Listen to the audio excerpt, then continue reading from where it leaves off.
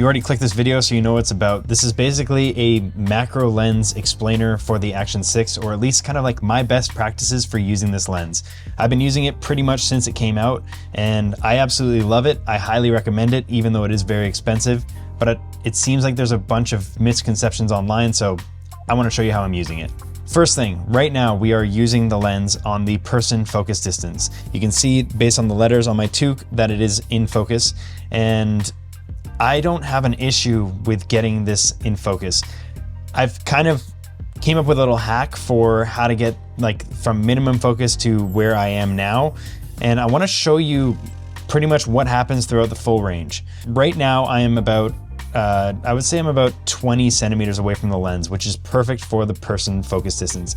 But if I rotate this down or away, so now we're at the macro distance, I should be slightly out of focus, but pretty close. Like if I move to here, now I should be in dead focus. The letters on my toque should be in focus, and that should be nice and out of focus.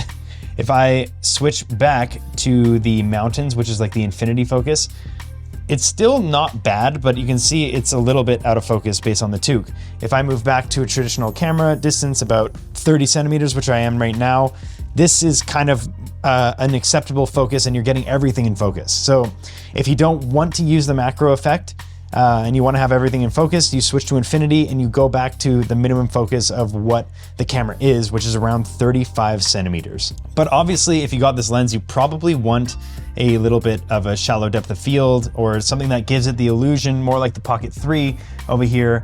Like if I put my hand here, you can see it's pretty out of focus in the background. You're getting a similar look to this. Obviously the Pocket 3 is a little bit better. It has autofocus. It's truly moving the lens back and forth and changing that focal plane, but we're getting a good illusion of shallow depth of field behind me. This is not so much a variable focus macro lens as it is a variable strength diopter, because you can't actually change the focus of an action camera physically. So what's happening is action cameras have about a minimum focus of 35 to 40 centimeters, depending on the aperture, etc.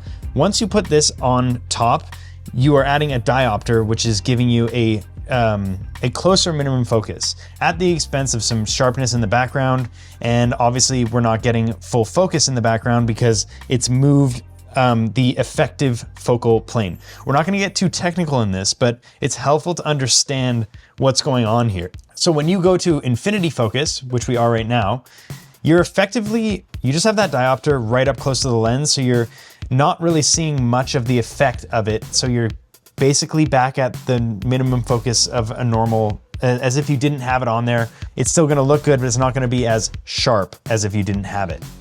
When you drop down to the minimum focus, you are the farthest away from the lens. So it is moving that magnifying glass basically away from the lens to give you a sharper depth of field drop off. So you can see this is like, I'm in focus right now and everything else is out of focus, but you would never want to kind of vlog like this because it's just a little bit too close. So when you drop it to the person,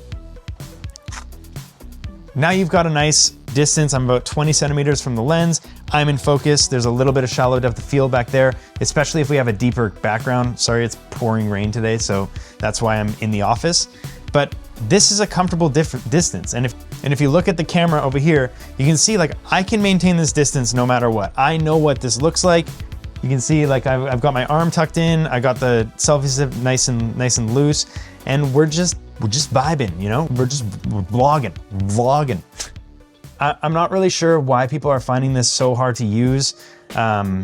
Since I got it, I've been using it and I love it. The biggest thing is just remember what the focus point that you set is, because if you forget it on like super shallow and you're trying to vlog with it, yeah, you're gonna be a little bit out of focus, or vice versa, but it's also not that bad. Here's a little tip that I came up with to kind of like find the minimum focus and then be able to use that to find 20 centimeters and things like that. Basically, I take my fingers like this. I'm not trying to stretch too far or narrow them, just naturally where they are.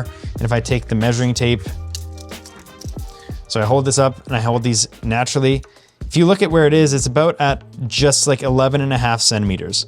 So this is the minimum focus. And I can prove that to you by going to minimum focus, putting my fingers there, and look, I'm in perfect focus.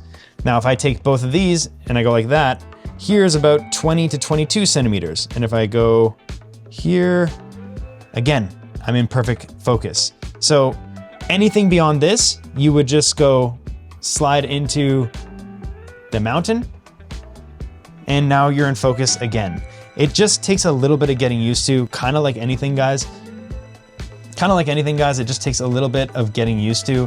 And if you're not used to manual focusing, or you're not used to having this as an element, it's just gonna take a little bit of practice to understand what you're doing.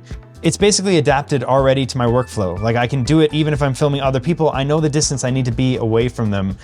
It's just something you gotta get used to. Not trying to take up too much of your time today. I hope this was helpful. If you have any questions about the macro lens, or if you're struggling with it at all, let me know below and I can hopefully help you out. But until then, I will see you on the next video.